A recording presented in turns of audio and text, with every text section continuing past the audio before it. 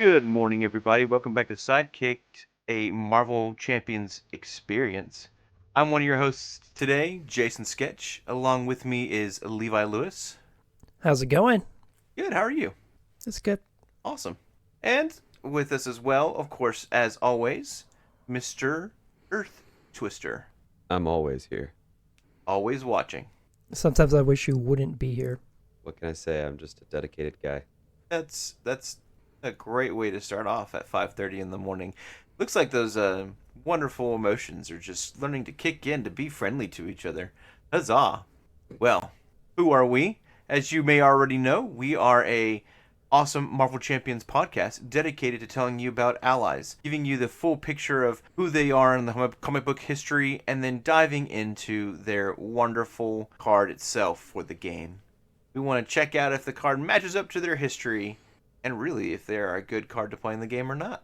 Pretty much it. Just having a good time talking about Marvel Champions. Let's kick things off. Things I wanted to do, I thought it'd be fun to start with every episode would be to talk about what have you been playing recently. And so if you guys are ready, maybe we can start with Earth Twister and see what Yeah, he's been playing recently. sounds good. I played a game last night. It was quite exciting. I decided to adventure into expert territory, and I really made it a tough scenario because I did mutagen formula with goblin gear instead of goblin gimmicks. Sort of got that idea from you, Jason, watching your Gwen Stacy Ghost Spider versus goblin gear mutagen. And it was really tough. I'm pretty sure I lost like four times in a row against expert goblin, and he just kicked my butt. But I was actually playing rogue. I was using rogue in leadership to try and take him on, which is all well and good if you can get your allies out in time to do the things that you need them to do. So that was exciting. And one thing that I actually learned from that experience is, at least personally for me, if you want to learn how to play a character, playing them in leadership is a really good way to do that because you have like allies and everything else to support you while you learn the hero kit and what it can do for you in the middle of the game. So I had no idea how to play rogue, and so I just looked up what is her best aspect. Somebody said leadership, and I was like, oh, let's go with it. So I started playing her in leadership, and I actually feel like I have a better feel for her kit than I would if I had tried to play in justice or aggression or even protection, because I feel like with those I would have centered more on the cards that either backed up what she was lacking, maybe from the aspect. But with leadership, I was able to be like, okay, so what can I do with rogue here? Let's do a defense card to protect her. Let's do a attack card to deal some damage. Let's do some threat cards to be, because it was like what I needed to do in that moment, rather than I got to shore up my defenses over here, or I've got to do more damage on this side. So that's why I feel like with leadership, you learn the hero's kit a little bit better because you're given the opportunity to play their attack, thwarting, or defense events for their own sake. You a chance to kind of fill in where you're kind of missing out. That's pretty cool. Yeah. That sounded very interesting. Obviously, you said Osborne Tech, right? Not Osborne. Goblin gears. Goblin Gear. Goblin gear. Goblin gear. Yeah, that's a tough one. Goblin Gear's rough. I was using Osborne Tech, I think is what it was when I played with Gwen Stacy. Goblin gear is the one with the advanced glider. Oh, maybe I misunderstood what it is. So, either way, it's scary stuff with the one where you get attacked twice as the Goblin Gear, or you Yeah. get Yeah. That's schemed against Unius twice. twice. I saw somebody asking the question the other day, like, does the Confuse block both those actions? And I don't think so.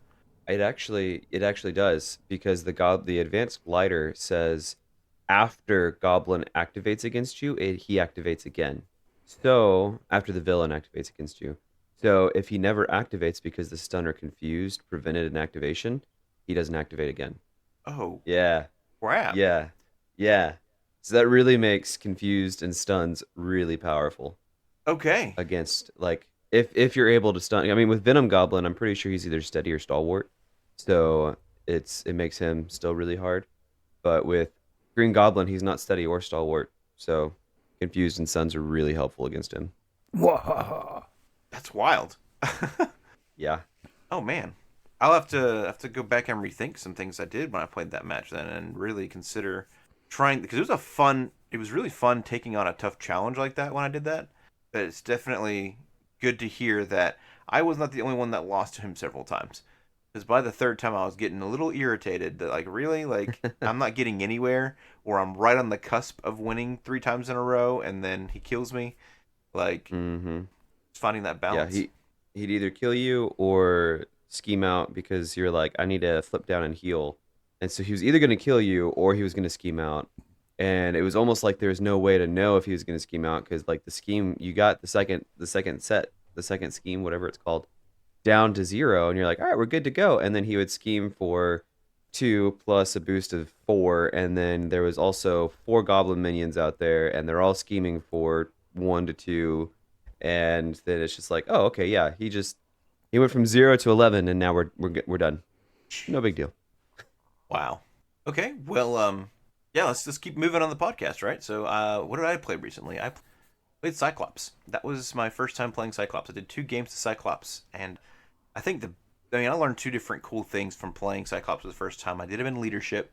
It was neat doing the like different X-Men from the different aspects in leadership, and kind of bringing that together to kind of create a new way to approach leadership in general. Because I was played a game with 3 other people. In fact, Levi Lewis was in this game with me as well. Ew. And being able to do it in 4-player and moving away from the mentality of I've got to cover everything to I'm just going to play this character to fill in the holes was kind of nice. However, I found that one of his cards, and I think it's like team leader, not team leader, Field commander. field commander, that's it, was pretty controversial. I don't want to talk about this card. Let's just say that it just kind of became an echo of, oh, I'm the one that's actually first player, but nope, you're the first player. It kind of became a consistent thing at my table.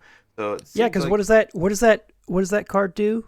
So it does 2 things. It makes you first player of the round, but also any of your temporary cards now are no longer temporary. So the attachments I'm attaching to minions and the villain are locked in. It's just minions. It's just minions, so I misread the card. Mm-hmm. Okay. Well, we used it a couple of times against Venom. So Venom got attacked a little bit extra, but that is okay. We're learning this character still. Yeah, that card is good, but it's definitely controversial in multiplayer because it's like I get to go first. Nope, actually, Cyclops, you're going first. Oh, and by the way, I get the extra encounter card because I'm actually the first player, but Cyclops, you just get to have the benefits of going first. He gets all the benefits and nothing like. Dang it! It made things interesting. Now that I know I can't keep it locked on a villain, I may not play that card. I think I have to go back and read some of his temporary cards then, because I could have swore it said enemy, not minion, but I could be wrong. There's a lot happening at the table when you're doing a 4-player game. There's a lot happening all at the same time, and so.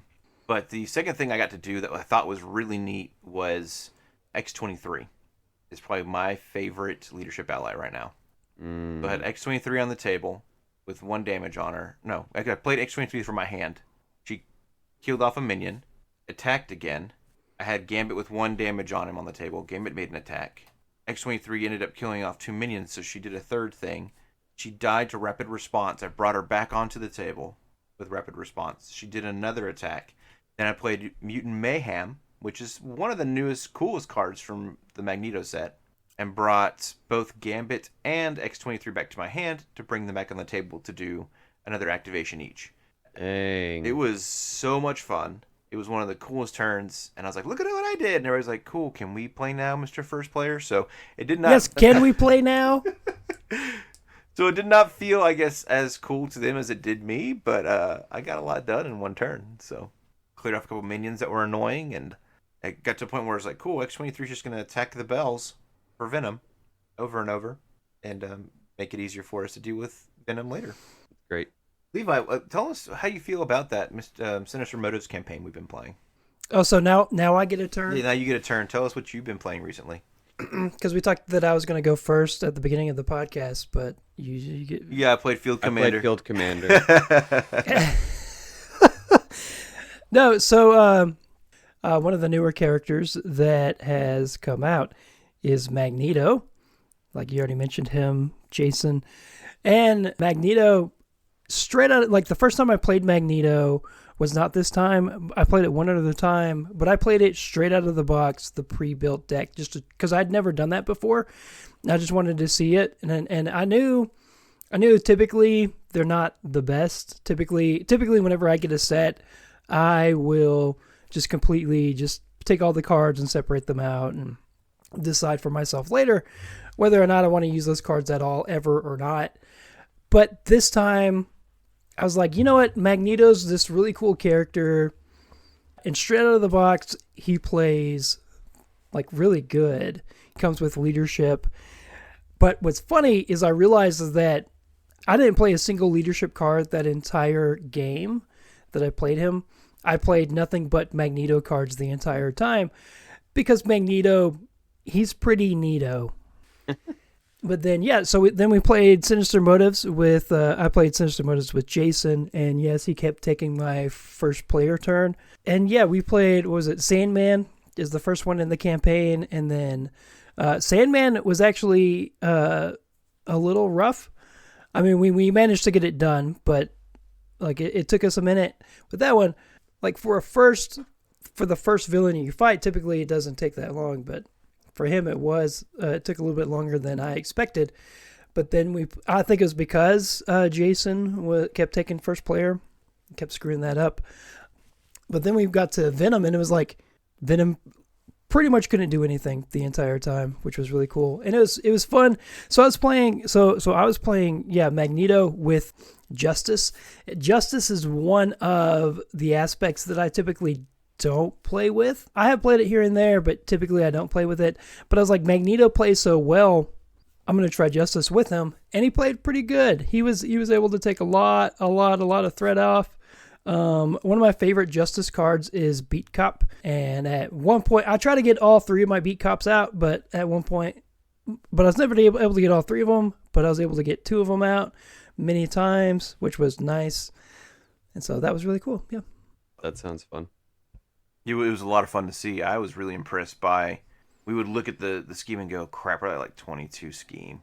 We are in trouble here, guys. We need to focus in, try to get this down. And every time Levi Lewis would go, nah, don't worry about it. I got it. Okay, but nah, I got it. And we'd be like, okay, and I would feel like my turn, and I would turn around to go grab pizza or something and come back, and all the scheme would be pretty much gone. And he was on top of it. Wahaha! So No, what he was actually doing is you turn your back and he just pick up the scheme and dump the threat on the floor. Call it good. is that why there was so much dice all over the floor? I mean, he is Magneto. He is technically a villain. I was So playing to my character. cheating is okay when you play Magneto. Yes.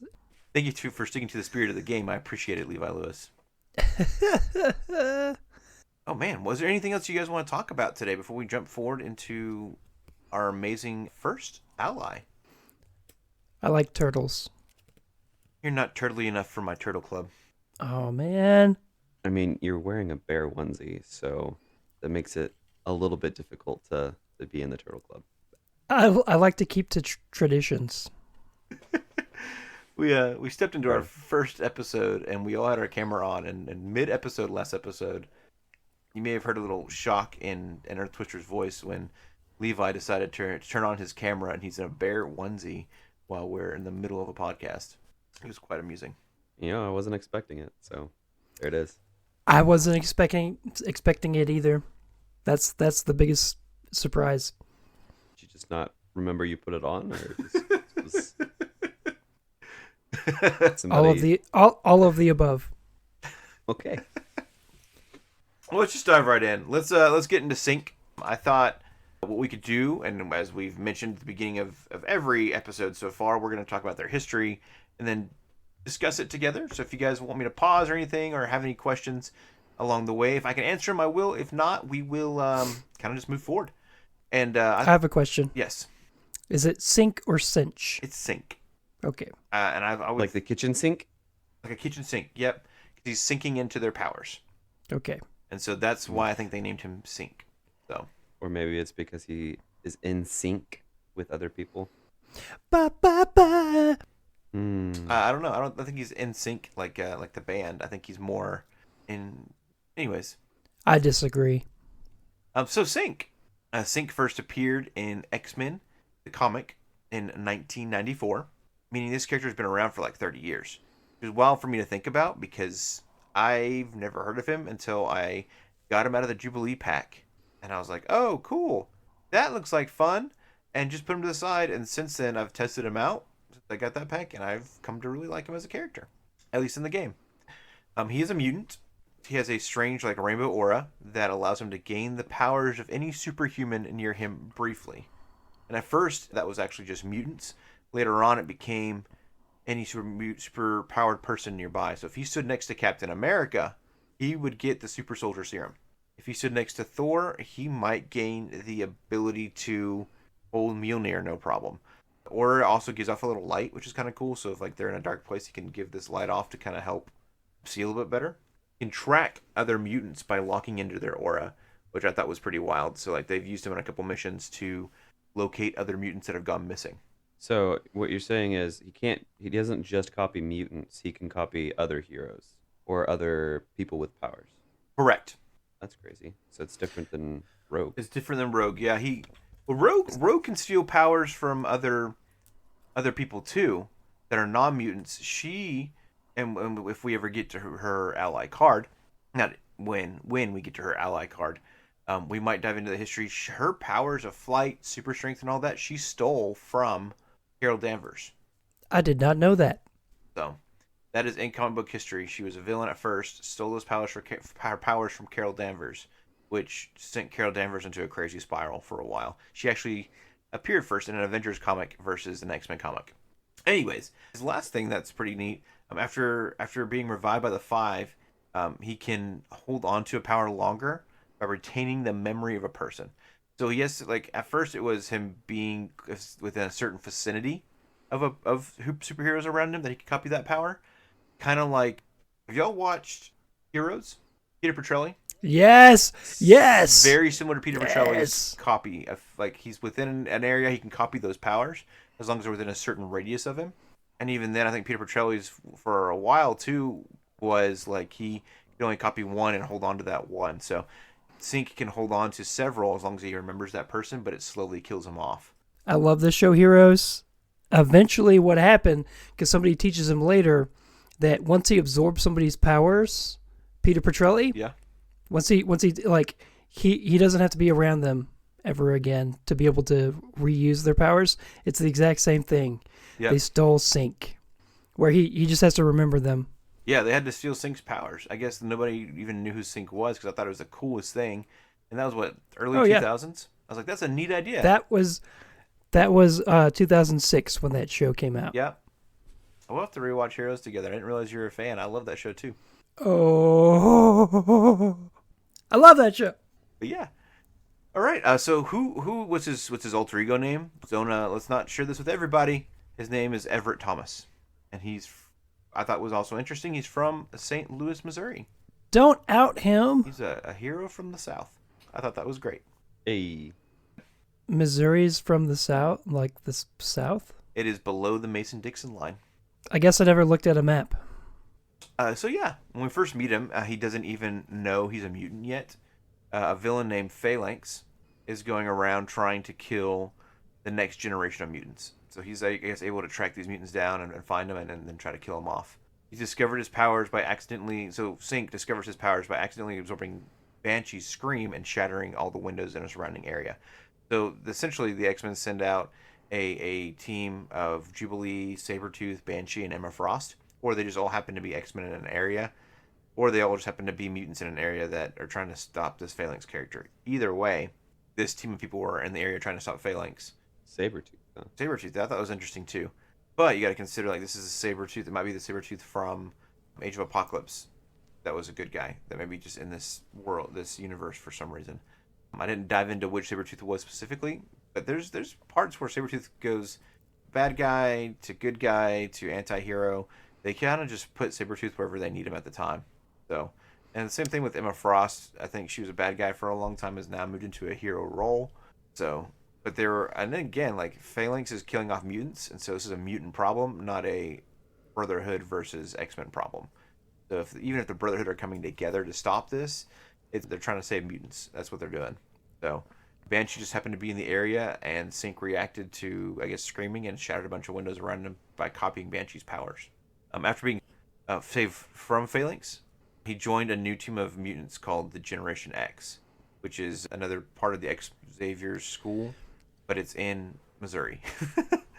So, Fun fact about Generation X is back in the 90s, I don't remember exactly what year, they tried to do a TV series called Generation X, and it was about the mutants. I've never actually watched it because it was terrible, but originally it was going to be like a movie. Like originally, like they tried to do a movie, and then they're like, well, we just can't do a movie, and it was a like hour and a half TV movie eventually, I think, because it was too bad to be a TV show.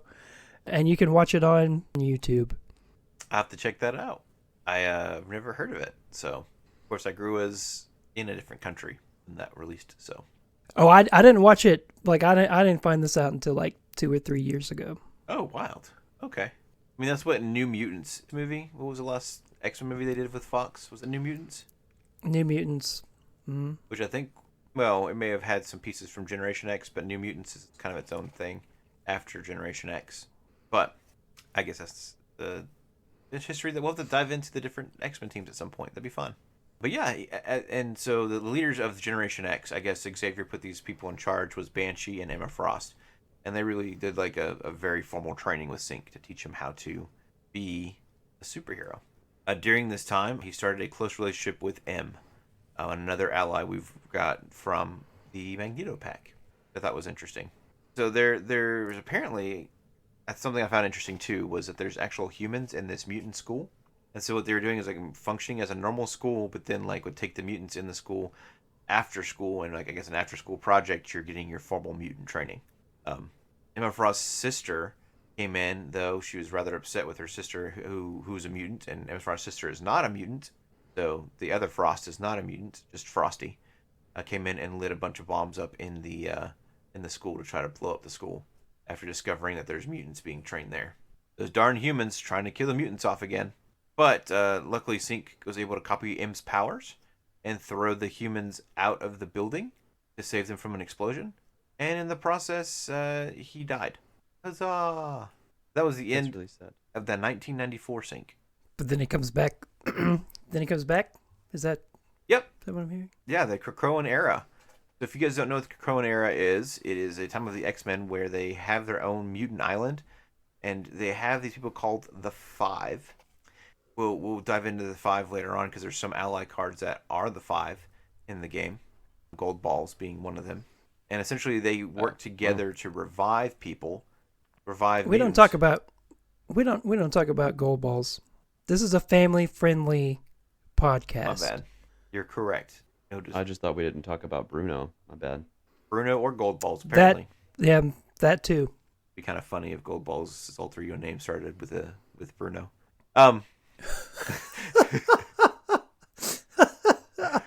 But yeah, the Five, they can revive mutants. And so they revived Synch years later. The Krakoan era was within the past, 5 years? It was like a good series of time.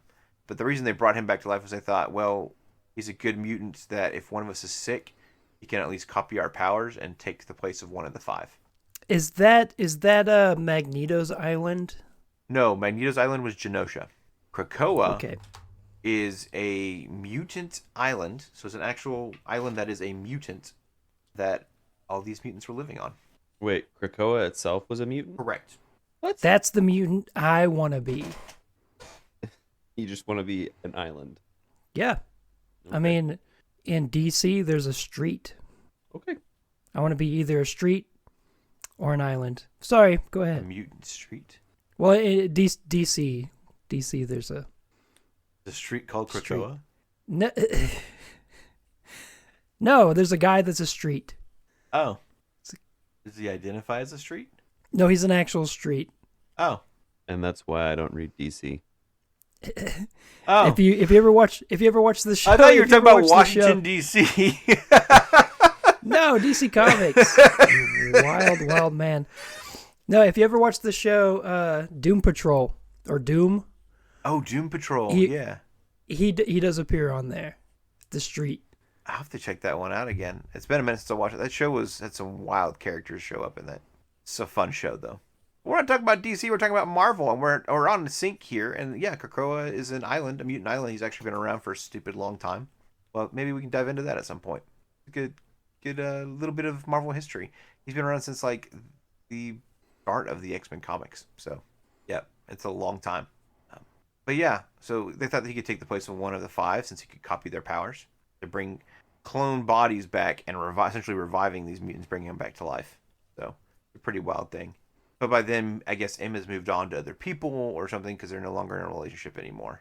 So he joins Darwin and Wolverine, and it's actually Darwin and Wolverine, which is Laura Kinney Wolverine X-23, and they go into this place called the Vault. And I didn't really I read about it, but I'm kind of interested at this point, like reading the comic for it. But it's a place where they essentially it's like a hyperbolic time chamber type thing, where you can live hundreds of years in this space, where the world happens and transpires, and it's all happening faster in time than the regular Earth time. So like you could be out of on regular Earth for like a day, and 50 years have passed in this vault kind of a thing, which is wild. Weird.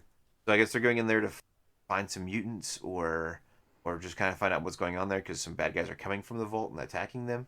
So they sent Darwin and Laura Kinney Wolverine and Synch in there with this intention of, well, they could stay in there for a long time, find out a lot of history, and then come back and talk to us. And he ends up like copying Laura Kinney's powers to stay alive and slow his aging down because copying the healing factor from her. They actually fall in love and they start dating and stuff, and the relationship lasts for hundreds of years of their time, even though it's not in the real time. It's kind of a wild thing. And in that process, that's where he learned to copy non-mutant powers in this space. However, while doing this, he and Darwin both died at the end, towards the end there, but about before sending the information they need to send to Professor X. He then comes back to life. The five revive him, and apparently they revive, thinking Laura Kinney's dead as well, revive her too, as well as Darwin, because the five can do that. And they said, good job, you guys did great, and they sent them off to the main X-Men team of the time. However, this X-23 doesn't have the same relationship with him as he has with the X-23 that was in the vault with him. So they work together on this X-Men team for a long time and do some really cool stuff. They try to recruit the High Evolutionary to help with prevent Orcus's attack and things like that as well. So pretty neat. Eventually, they do discover, Forge actually discovers that Laura Kinney is not dead. So he goes into the vault and saves that Laura Kinney that lived another 100 years or so. Dang. In this, hundreds of years or more in this vault. And so when she came out, she and Synch rekindled their relationship. She actually started going by Talon. In the process, though, she actually joined that X-Men team as well. So now there was two X-23s on that team. So she started going by Talon, and the one that's the copy goes by Wolverine. And that's the one that we actually see in NYX currently. Talon or the one going by Wolverine. Talon is the one again that was in the vault for so long. Vault. And so they do this recruiting thing, and Talon actually ends up dying in the process. So Thomas, being the good guy he is held on to her memory, and so he's able to keep her healing factor and can pull out her claws and all that fun stuff. And it's the only memory that he's not willing to let go of, the power memory, because he loves her so much. It's kind of a weird thing, right? It's a weird balance of it killing him off, but he's also got this healing factor, so it's just kind of combating against each other. Kind of like Deadpool and his healing factor. So, recently, though, we finally see him come back. So post-Krakoan era and post-Orcus attack, he comes back, and he is actually in the most recent issue, as of yet, of NYX. And here he fights Prodigy, who is kind of running a new X-Men team in New York, which includes Miss Marvel and Null, the clone of Wolverine, the Talon's clone, and one of the Stepford Cuckoos. So it's actually an interesting run too. If you're looking for a different read on a different spin on X-Men, it does not include any of your original X-Men. That's a good one to check out. So yeah, what do you guys think for history? didn't realize that he was around for so long, and actually sounds like he's done a lot in X-Men comic book history. Yes, it sounds like he's been in sync with a lot of characters. Didn't. And then he said, "Ba ba ba." So it's it's an interesting character. I would like to know more about him. I think I would want to go back and pick up the Krakoan books and read those, in which he was during that era in which he's doing cool things. So just to learn more about him, he seems like a character that I'd go back and read more about. So Earth Twister, why don't you do us a favor, because we're here today to talk about a ally card. Could you describe the card? Tell us about the art, what of his threat and attack, maybe how many health points he has, and then what he does. Just read the Yeah, card. Yeah. sure, for sure.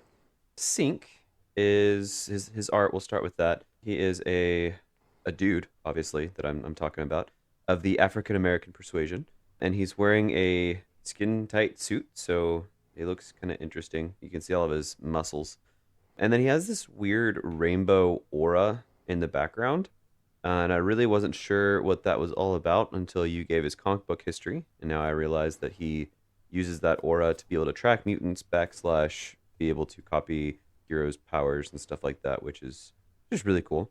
So that's kind of the art on the picture there. But as far as the actual ally, he has his name with the unique symbol next to it, and underneath Sync is his alter ego name, Everett Thomas, as we had discussed. He is a 3-cost basic ally. He has 1 thwart and takes a consequential damage for that, and 1 attack, which he also takes a consequential damage for that. He has 3 health, so he can provide 3 activations from his thwart and attack, but his ability can keep him out on the table a lot longer. So you have to be an X-Men traded hero in order to play him, and he has an interrupt of when you use a basic power, so whether you thwart or attack just using your basic activation, you will exhaust sync, or you can exhaust sync, and you get +1 to that power for this use. So basically, you sort of get an activation out of him doing that without activating him, so he doesn't take a consequential damage for giving you that +1. So he can exhaust, give you +1, and you're good to go there. So that can be helpful for some heroes that are going to be using a lot of basic activations. He's almost like an upgrade. Yes, an upgrade or a support or something like that. Yeah. It is interesting too. He's got the X Men trait, so you can only do this with an X Man. But when he's on the table, he's on the table, which is nice. So, have you guys actually used Sync yet? Do you like him? So I've never used sync. Typically when I play the game, I normally defend a lot, and so typically I don't use a lot of my basic powers typically. And so I've never used this card. I have seen this card before, and I've been like, well, that's cool, but it wouldn't really. It typically I know the way that I play, and so I know typically it wouldn't help me out. So I've never played it. I mean, it is a basic power to defend as well, and so he could probably Shh, give you +1 shh. I defense. I'm not gonna lie, I never thought of that.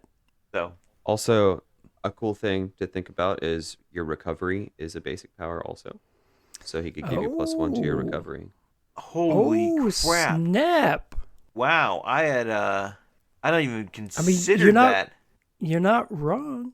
Oh my gosh, that just makes him so much better. That is cool. Wow. Yeah, I've not used him for recover. I've used him in both a rogue deck and in Nightcrawler because he kind of helps to beef up Nightcrawler where Nightcrawler needs beefing when it comes to attacking or thwarting. His defense is pretty solid as Nightcrawler. We already know that's pretty high, but he has helped Nightcrawler in my builds to either make a better attack or thwart as needed. I used Sync one time to I was playing a game with Earth Twister where I was playing Rogue and I wanted to focus on just getting her basic attack as high as possible. And I think there was one point where, if correct me if I'm wrong, but I swung for 8 a couple of times and Sync was a part of that build I think so, yeah. where I was coming in, I was hitting like doing 16 damage a turn because I was able to ready and stuff too. It was wild, just with a basic attack, which was a lot of fun. What about you, Earth Twister? Have you had a chance to play with Sync at all?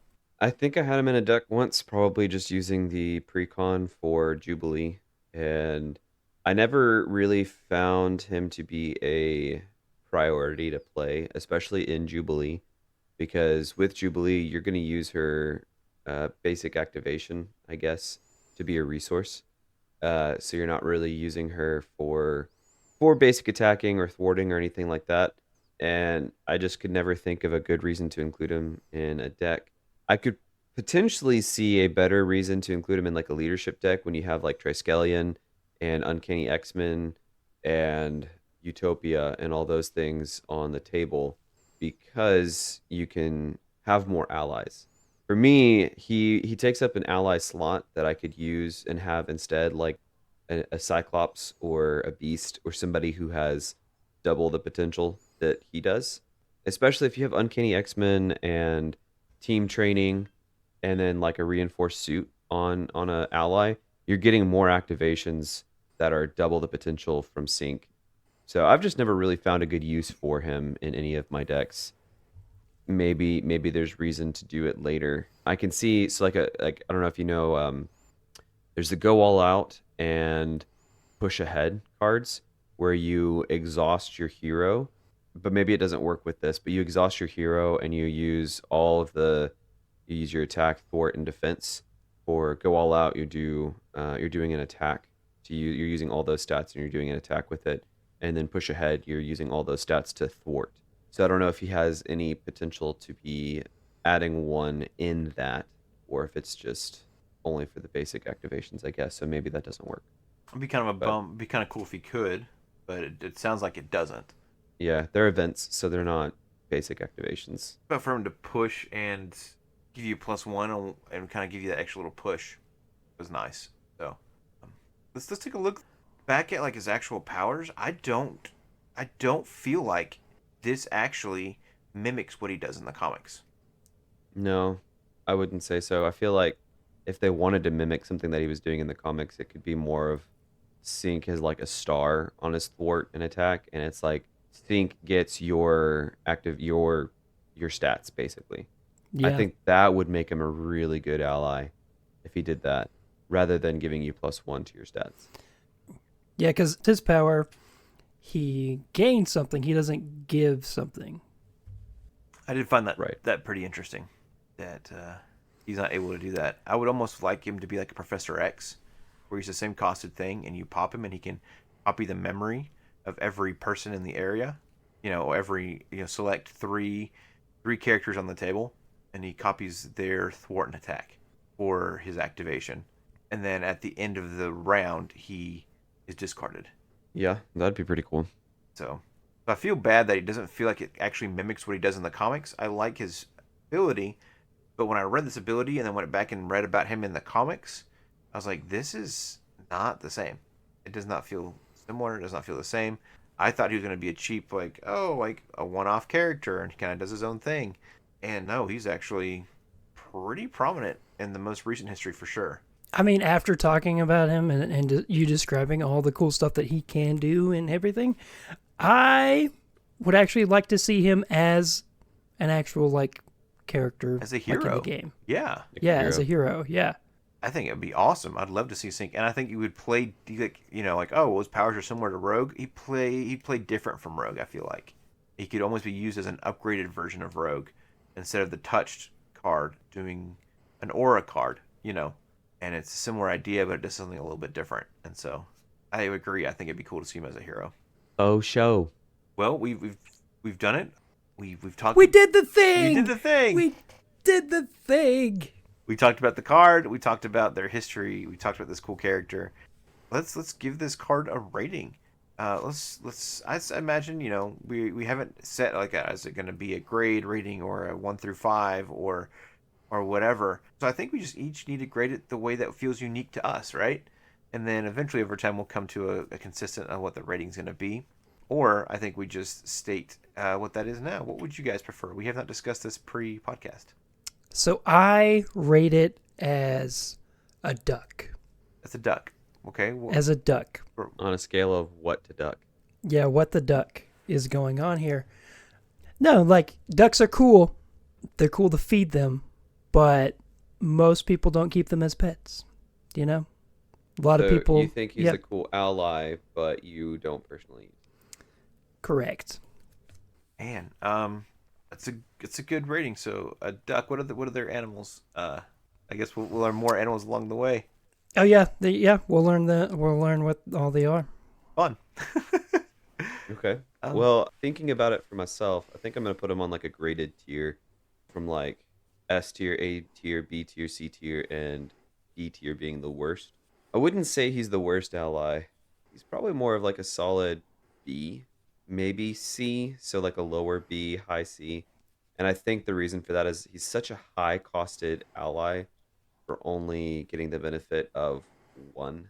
Like he's going to do one thwart, one attack, or he'll give you a +1 to your stat, which is still like he's only thwarting for +1 or for one. He doesn't take consequential for that, so I guess that's good. But he's not as flexible as another 1/1 ally might be, where you could be there could be like one threat on the main scheme, and so you're like, I need to get that cleared because if I don't clear that, it could get out of control. I mean, maybe I guess maybe he still has a little bit more flexibility. I don't know, but you're sitting there and you have to either put all of his activation into what you're doing for him to be worth the 3 cost. And so at that point, I don't feel like he's worth 3. If it was more like a when you use a basic power, you get +2. I feel like that might be better. I don't know. I think he's a solid C or B tier for me Yeah, I don't think he's worth the cost, like for what he does. for sure. There's definitely going to be other priorities for me at that cost for sure. I think I'll give him a rating out of stars, right? Like a Yelp review rating. And so for my Yelp review, I think he'll get a 3-star rating.